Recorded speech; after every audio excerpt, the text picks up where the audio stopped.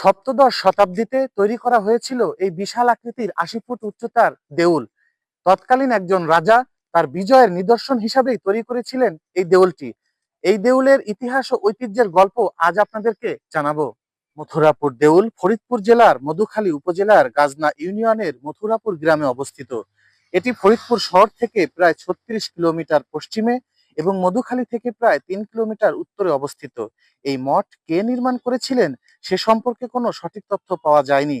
ফরিদপুর যশোর জেলার এই অঞ্চলে একটি জনপ্রবাদ আছে যে রাজা প্রতাপাদিত্যকে যুদ্ধে পরাজিত করে সম্রাট আকবরের সেনাপতি রাজা মানসিংহ এই বিজয় স্তম্ভ নির্মাণ করেছিলেন।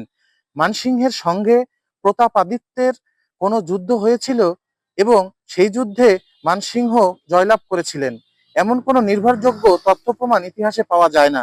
সপ্তদশ শতাব্দীতে সংগ্রাম সিংহ নামক একজন ফৌজদার ভূষণাতে ছিলেন। তিনি বহুকাল ধরে এই অঞ্চলের ফৌজদার ছিলেন বলে জানা যায়। যশোর ও ফরিদপুরের আরেকটি জনপ্রবাদ মতে এই সংগ্রাম সিংহ মথুরাপুর দেউল নির্মাণ করেছিলেন। এর স্থাপত্যিক শৈলী অনুযায়ী এটি সপ্তদশ শতাব্দীর বলে ধারণা করা হয়।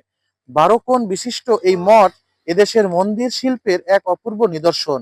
প্রায় ৩ মিটার পর্যন্ত সোজা উপর দিকে উঠার পর মঠটি সামান্য সরু হয়ে উপরের দিকে উঠেছে, কিন্তু এর চূড়া এখন সমতল এবং মাটি থেকে এখনো প্রায় ২১.২ মিটার উঁচু। আগে এটি আরো উঁচু ছিল বলে জানা যায়। এর দেয়ালে টেরাকোটার চমৎকার অলঙ্করণ রয়েছে, যেখানে রামায়ণ ও মহাভারতের বিভিন্ন দৃশ্য উপস্থাপিত হয়েছে। মঠের ভিতরে একটি ছোট কক্ষ রয়েছে। দক্ষিণ দেয়ালে আছে সেই কক্ষের একটি মাত্র প্রবেশ পথ। অর্ধগোলাকার খিলানের সাহায্যে নির্মিত এই প্রবেশ পথটি অপেক্ষাকৃত নিচু এবং উপরের অংশ খাঁজ কাটা। ভেতরের কক্ষে কোনো বিগ্রহ নেই, ছিল বলেও প্রমাণ পাওয়া যায় না। এই মথুরাপুর দেউল দেখার জন্য অনেকেই আসে এই জায়গাটা দেখতে। এটা একটা প্রত্নতাত্ত্বিক নিদর্শন। এখানে অনেক এইটার সঙ্গে অনেক ইতিহাস জড়িত। এটা বাংলাদেশের মধ্যে একটা নামকরা জায়গা মধুখালীর। এই দেউলটা দেখার জন্য যেহেতু সবাই আসে, আমিও এসেছি, এবং এখান থেকে অনেক কিছু জানার আছে, অনেক কিছু শেখার আছে। ভবিষ্যৎ প্রজন্ম যারা আসবে তারা এখানে যদি এই দেউলটা দেখতে আসে, এখান থেকে অনেক ইতিহাস, অনেক কিছু তারা এখান থেকে নিতে পারবে। এখন এটা আমাদেরও একটা ঐতিহ্য, এটাকে টিকে রাখা তো আমাদের দায়িত্ব। রাজা বলরাম সিং মানসিংহের ছেলের যুদ্ধ ফিল্ড ছিল এতে। আর তার পরবর্তী শুনছি যে এখানে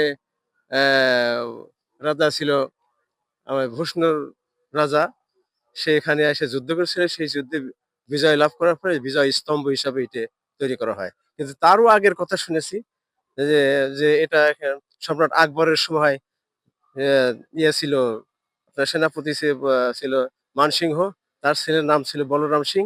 সে বলরাম সিং ঈসা খাঁর সাথে যুদ্ধের সময় এইখানে এসে পরাজয় হয়। পরাজয় হওয়ার পরে তার মরদেহের উপরে স্মৃতিস্তম্ভ তৈরি করা হয়। এটি আমরা লোক মুখে শুনেছি। এখানে যদি আরো ডেভেলপমেন্ট করা হয়, এখানে ওটা উন্নয়ন হয়, তাহলে লোকজনের সব পিকনিকের স্পট হবে, লোকজনের আসা যাওয়া বাড়বে। বাইরের বিভিন্ন জায়গার থেকে অনেক লোক এখানে দেখতে আসে। তো এটা সৌন্দর্য করার জন্য আরো ইটি কাজ বাজ করলে ভালো হয়।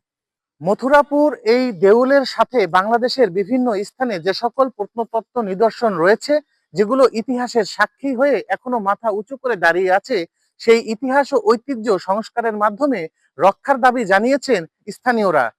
ফরিদপুর জেলার মধুখালী থেকে কাজী তানভীর মাহমুদ, বাংলা ভিশন ডিজিটাল।